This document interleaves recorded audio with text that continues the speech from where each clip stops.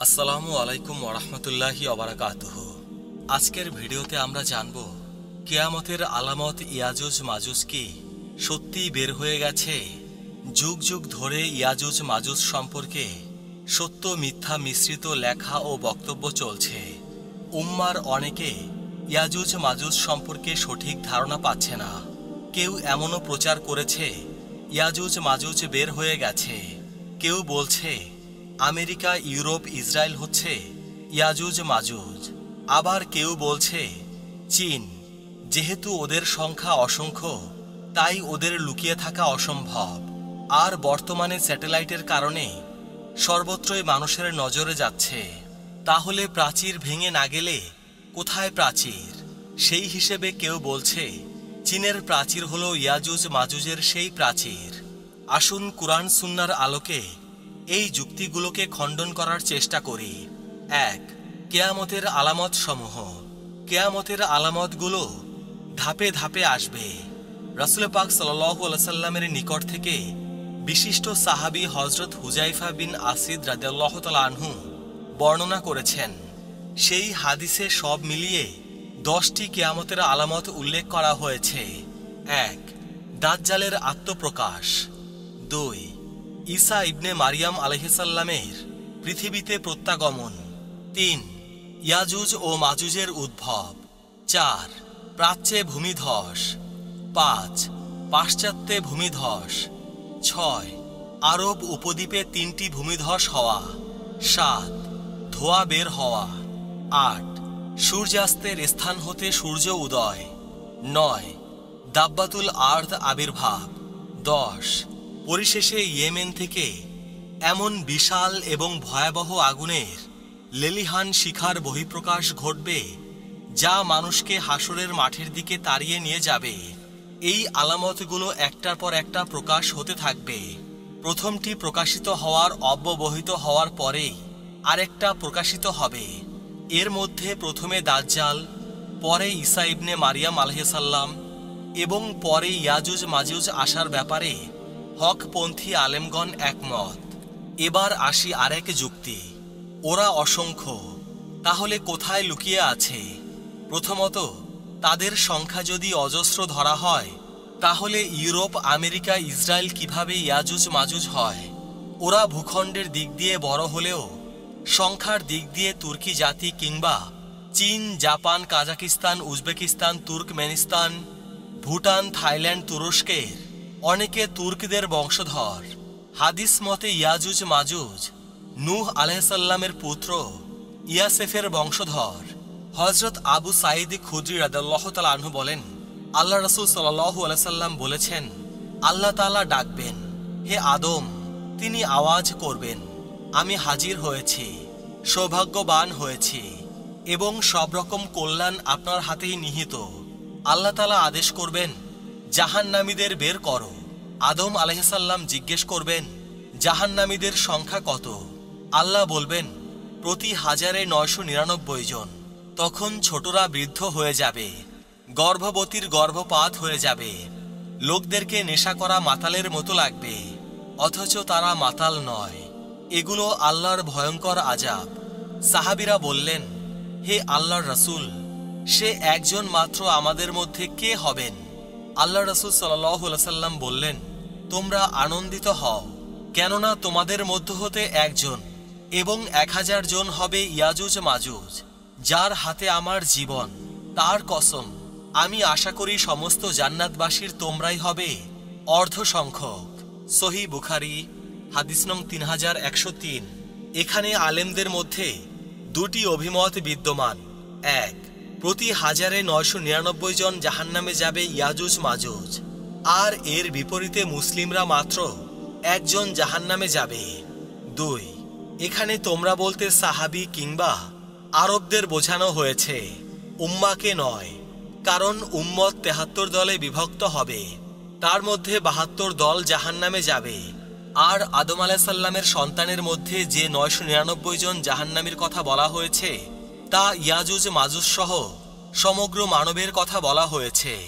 তারা এই হাদিসের দলিল দেয় ইমরান বিন হুসাইন রাদিয়াল্লাহু তাআলা আনহু থেকে বর্ণিত, কোনো এক ভ্রমণে আমরা নবী পাক সাল্লাল্লাহু আলাইহি সাল্লামের সাথে ছিলাম। সাথীগণ বাহক নিয়ে এদিক সেদিক ছড়িয়ে পড়ল। নবীজি উচ্চ কণ্ঠে পাঠ করলেন, হে লোক সকল, তোমাদের পালনকর্তাকে ভয় করো। নিশ্চয়ই কিয়ামতের প্রকম্পন একটি ভয়ঙ্কর ব্যাপার। যেদিন তোমরা তা প্রত্যক্ষ করবে, সেদিন প্রত্যেক স্তন্যধাত্রী তার দুধের শিশুকে ভুলে যাবে এবং প্রত্যেক গর্ভবতী তার গর্ভপাত করবে এবং মানুষকে তুমি দেখবে মাতাল, অথচ তারা মাতাল নয়। বস্তুত আল্লাহর আযাব বড় কঠিন। সূরা হাজ আয়াত 1-2। নবীজির উচ্চ বাচ্চ শুনে সাহাবীগণ একত্রিত হতে লাগলেন। সবাই জড়ো হলে বলতে লাগলেন, তোমরা কি জানো আজ কোন দিবস? আজ হচ্ছে সেই দিবস যে দিবসে আদমকে লক্ষ্য করে আল্লাহ বললেন, জাহান্নামের উৎক্ষেপণ বের করো। আদম বলবে, জাহান্নামের উৎক্ষেপণ কি হে আল্লাহ? আল্লাহ বলবেন, প্রতি 1999 জন জাহান্নামে আর একজন শুধু জান্নাতে। নবীজির কথা শুনে সাহাবীদের চেহারায় ভীতির ছাপ ফুটে উঠল। তা দেখে নবী পাক সাল্লাল্লাহু আলাইহি সাল্লাম বলতে লাগলেন, আমল করে যাও, সুসংবাদ গ্রহণ করো।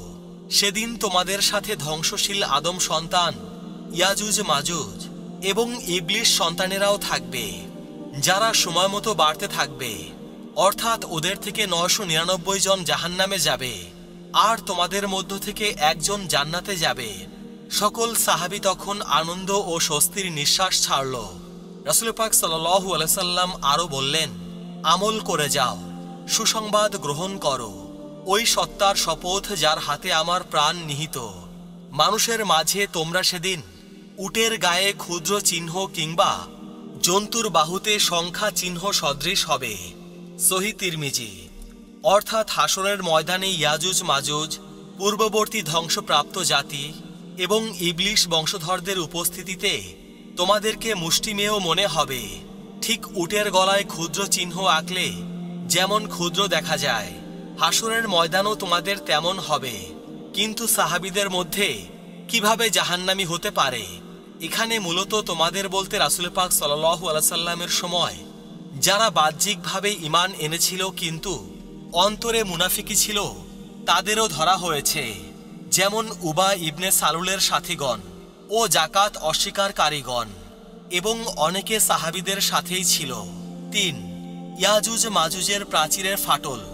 অনেকে এই হাদিসের দলিল দেয়, প্রাচীরের ফাটল রাসূল পাক সাল্লাল্লাহু আলাইহি সাল্লামের সময় দেখা গিয়েছিল। তাহলে এতদিনে তাদের মুক্তি হওয়া স্বাভাবিক।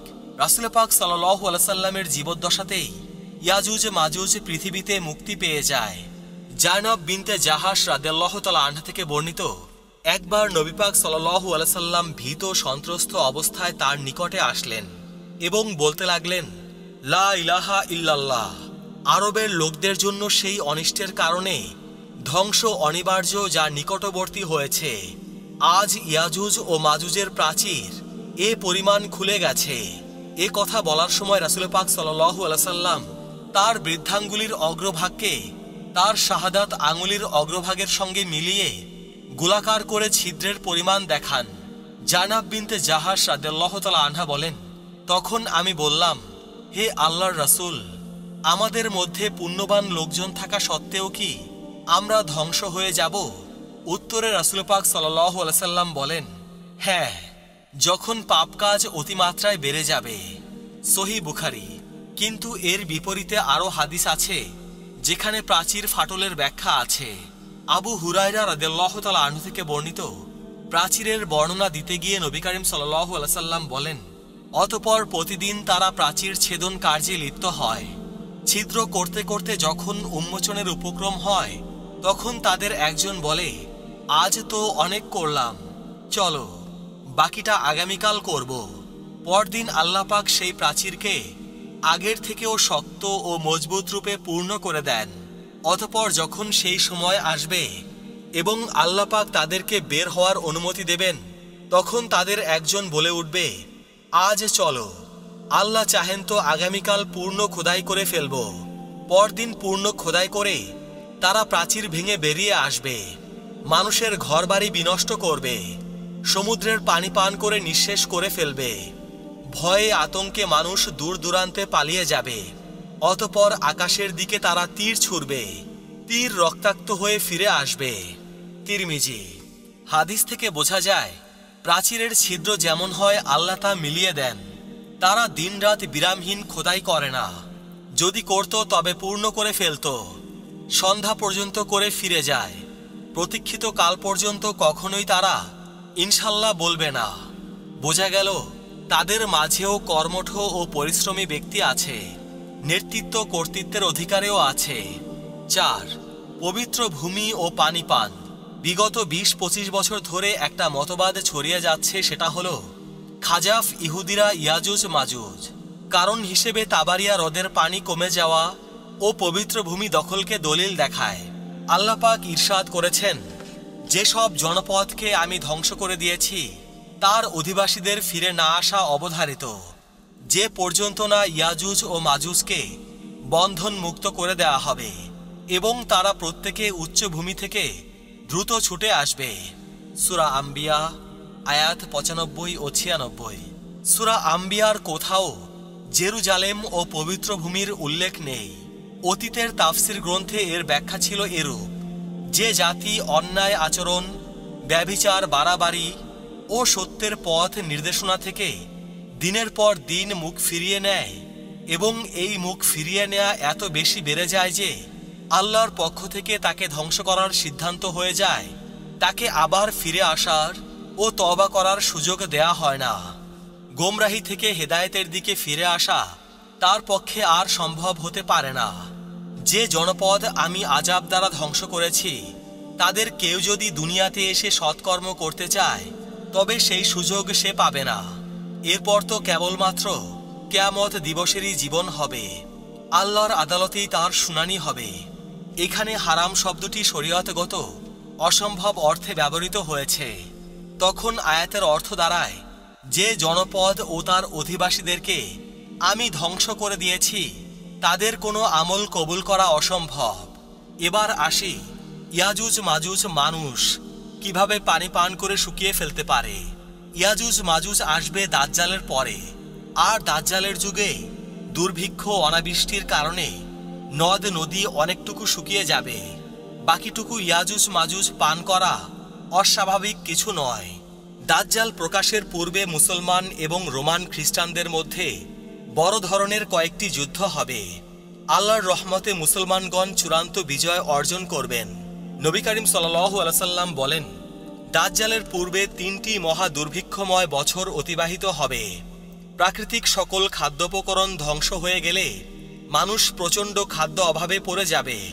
প্রথম বছর আল্লাহ আসমানকে 1/3 বৃষ্টি এবং জমিনকে 1/3 ফসল বন্ধ করে দেওয়ার আদেশ করবেন। তৃতীয় বছর আল্লাহ আসমানকে 2/3 বৃষ্টি এবং জমিনকে 2/3 ফসল বন্ধ করে দেওয়ার আদেশ করবেন। তৃতীয় বছর আল্লাহ আসমানকে সম্পূর্ণ বৃষ্টি এবং জমিনকে সম্পূর্ণ ফসল বন্ধ করে দেওয়ার আদেশ করবেন। ফলে এক ফোঁটা বৃষ্টিও বর্ষিত হবে না, একটা শস্যও অঙ্কুরিত হবে না। আল্লাহ চাহেন তো মুষ্টিমেয় ছাড়া সকল ছায়াদার বস্তু ধ্বংস মুখে পড়ে নিঃশেষ হয়ে যাবে, অর্থাৎ গাছপালা ও বৃক্ষকুল নিশ্চিহ্ন হয়ে যাবে। সহিহ মুসলিম। আরও বর্ণিত আছে, ঈসা আলাইহিসসালাম দাজ্জালকে হত্যা করবেন, অতঃপর আল্লাহ তাআলা তার নিকট ওহী প্রেরণ করবেন, আমার বান্দাদেরকে তুর পাহাড়ে সরিয়ে নাও, কেননা আমি এমন একদল বান্দা অবতীর্ণ করছি যাদের বিরুদ্ধে যুদ্ধ করার ক্ষমতা কারও নেই। তিনি বলেন, তারপর আল্লাহ ইয়াজুজ মাজুজের দল পাঠাবেন। আল্লাহ তাআলার বাণী অনুযায়ী তাদের অবস্থা হলো, তারা প্রত্যেকে উচ্চভূমি হতে ছুটে আসবে। সূরা আম্বিয়া আয়াত 96। তিনি বলেন, তাদের প্রথম দলটি সিরিয়ার তাবারিয়া উপসাগর অতিক্রমকালে এর সমস্ত পানি পান করে শেষ করে ফেলবে। এদের শেষ দলটি এ স্থান দিয়ে অতিক্রমকালে বলবে, নিশ্চয়ই এই জলাশয়ে কোনো সময় পানি ছিল। তারপর বাইতুল মাকদিসের পাহাড়ে পৌঁছার পর তাদের অভিযান সমাপ্ত হবে। তারা পরস্পর বলবে, আমরা দুনিয়ায় বসবাসকারীদের ধ্বংস করেছি, এবার চলো আকাশে বসবাসকারীদের ধ্বংস করি। তারা এই বলে আকাশের দিকে তাদের তীর নিক্ষেপ করবে। আল্লাহ তাআলা তাদের তীরসমূহ রক্তে রঞ্জিত করে ফেরত দেবেন। তারপর ঈসা আলাইহিসসালাম ও তার সাথীরা অবরুদ্ধ হয়ে পড়বেন। তারা খাদ্য অভাবে এমন কঠিন পরিস্থিতিতে পতিত হবেন যে তখন তাদের জন্য একটা গরুর মাথা তোমাদের এই যুগের 100 দিনারের চাইতে বেশি উত্তম মনে হবে। তিনি বলেন, তারপর ঈসা আলাইহিসসালাম ও তার সাথীরা আল্লাহ তাআলার দিকে রুজু হয়ে দোয়া করবেন। আল্লাহ তাআলা তখন ইয়াজুজ মাজুজ বাহিনীর ঘাড়ে মহামারী রূপে নাগাফ নামক কীটের উৎপত্তি করবেন। তারপর তারা এমনভাবে ধ্বংস হয়ে যাবে যেন একটি প্রাণের মৃত্যু হয়েছে। তার মানে ইয়াজুজ মাজুজের বিপক্ষে যুদ্ধ করার ক্ষমতা কারণেই, অথচ আমেরিকা রাশিয়া দু দেশই আফগানে পরাজয় বরণ করেছে। আর ইমাম মাহদির নিকট বর্তমানের সকল পরাশক্তি পরাজয় বরণ করবে। আর ঈসা আলাইহিসসালামের নিকট দাজ্জাল ও তার বাহিনীরা পরাজিত হবে। 5. ইয়াজুজ মাজুজের প্রাচীর কোথায়? ইয়াজুজ মাজুজের প্রাচীর কোথায় সেই জ্ঞান সম্পূর্ণ আল্লাহর নিকট। ইয়াজুজ মাজুজ বের হওয়ার পর আল্লাহ ঈসা আলাইহিসসালামকে জানিয়ে দেবেন। আল্লাহ পাক ইরশাদ করেছেন, আপনার জাতি তা মিথ্যারোপ করেছে। আপনি বলুন, আমি তোমাদের ওপর তত্ত্বাবধায়ক নই। প্রতিটি সংবাদেরই নির্ধারিত সময় আছে। সময় এসে গেলে ঠিকই তোমরা সব জানতে পারবে। সূরা আনআম আয়াত 66 থেকে 67। আধুনিক কালের টেকনোলজি প্রাচীন কালে কেন আবিষ্কৃত হয়নি? কারণ সেটার জন্য আল্লাহ পাক সময় নির্ধারণ করে রেখেছিলেন। তবে একজন সাহাবী সেই প্রাচীর দেখেছিলেন। ইমাম বুখারী রহমাতুল্লাহি আলাইহি অত্যন্ত দৃঢ়তার সাথে হাদিসটি বর্ণনা করেছেন। এক ব্যক্তি নবী পাক সাল্লাল্লাহু আলাইহি সাল্লামের কাছে এসে বলল, আমি সেই প্রাচীর দেখেছি, লাল পথের ধারে সাদা কালো রেখাযুক্ত কাপড়ের মতো দেখতে। নবী করিম সাল্লাল্লাহু আলাইহি সাল্লাম বললেন, হ্যাঁ, তুমি ঠিকই দেখেছ। 6. কেন এই মিথ্যাচার? তাতারিরা যখন আক্রমণ করেছিল তখন অনেক আলেমরা ওদের ভয়াবহতা দেখে ইয়াজুজ মাজুজ ঘোষণা করে এবং প্রচার করে এদের পরাজিত করা অসম্ভব, তাই জিহাদ হতে সরে যায়। অথচ মুসলিম ও তাতারিদের হাতে মুসলিম হয়ে ওদের মোকাবেলা করে প্রমাণ করে ওদের পরাজিত করা সম্ভব। তাই যখনই এই ধারণা প্রচার করা যাবে বর্তমানে ইয়াজুজ মাজুজ বের হয়ে গেছে, পরবর্তীতে জাতিকে জিহাদ বিমুখ করা যাবে। অথচ ওরা যাদের ইয়াজুজ মাজুজ প্রচার করে তাদের অনেকে মুসলিম হয়ে মুসলিমদের পক্ষে লড়ছে কিংবা ভবিষ্যতেও লড়বে।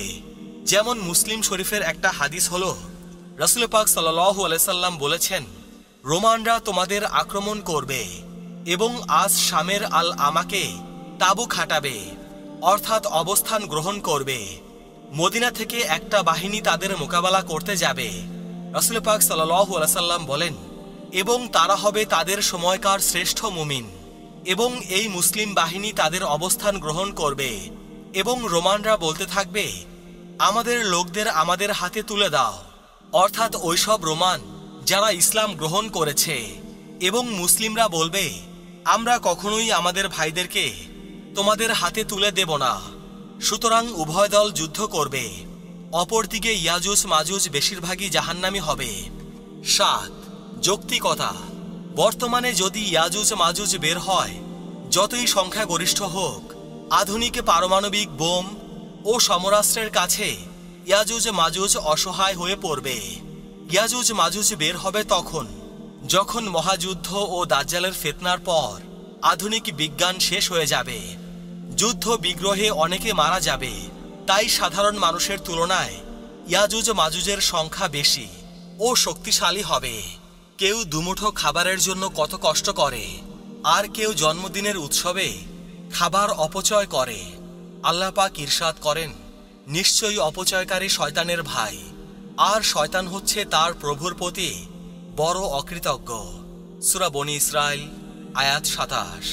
রাসূল পাক সাল্লাল্লাহু আলাইহি সাল্লাম আমাদের জন্য কেঁদেছেন, আমাদের হেদায়েতের জন্য দোয়া করেছেন, আমাদের দেখতে চেয়েছেন। আজ শয়তানের ভাই হয়ে অপচয় করে আমরা মানুষরা গর্বিত হই, প্রচার করেও চলছি। আনাস রাদিয়াল্লাহু তাআলা আনহু হতে বর্ণিত, রাসূল পাক সাল্লাল্লাহু আলাইহি সাল্লাম বলেন, আমার ভাইদের সাথে সাক্ষাৎ করতে ইচ্ছা করছে। সাহাবীরা বলল, হে আল্লাহর রাসূল, আমরা কি আপনার ভাই নই? রাসূল পাক সাল্লাল্লাহু আলাইহি সাল্লাম বললেন, তোমরা তো আমার সাহাবী, আমার ভাই হলো যারা আমার ওপর ঈমান আনবে কিন্তু আমাকে দেখেনি। মুসনাদে আহমদ। আজ আমরা অমুক নেতার ভাই, অথচ অপচয়কারী হয়ে, শয়তানের ভাই হয়ে গর্বিত হই, আর রাসূল পাক সাল্লাল্লাহু আলাইহি সাল্লামের সুন্নাহ মেনে তার ভাই হতে আনন্দিত হতে চাই না। অথচ কোনো ব্যক্তি ঈমানদার হতে পারবে না যতক্ষণ না সে পিতামাতা, জীবন, সবকিছুর ঊর্ধ্বে আল্লাহ রাসূল সাল্লাল্লাহু আলাইহি সাল্লামকে ভালো না বাসে। প্রিয় মুসলমান ভাই ও বোনেরা, আজকের ভিডিও এ পর্যন্তই। সবাই ভালো থাকবেন। আল্লাহ রাব্বুল আলামিন আমাদের সবাইকে হিদায়াত দান করুন। আমিন।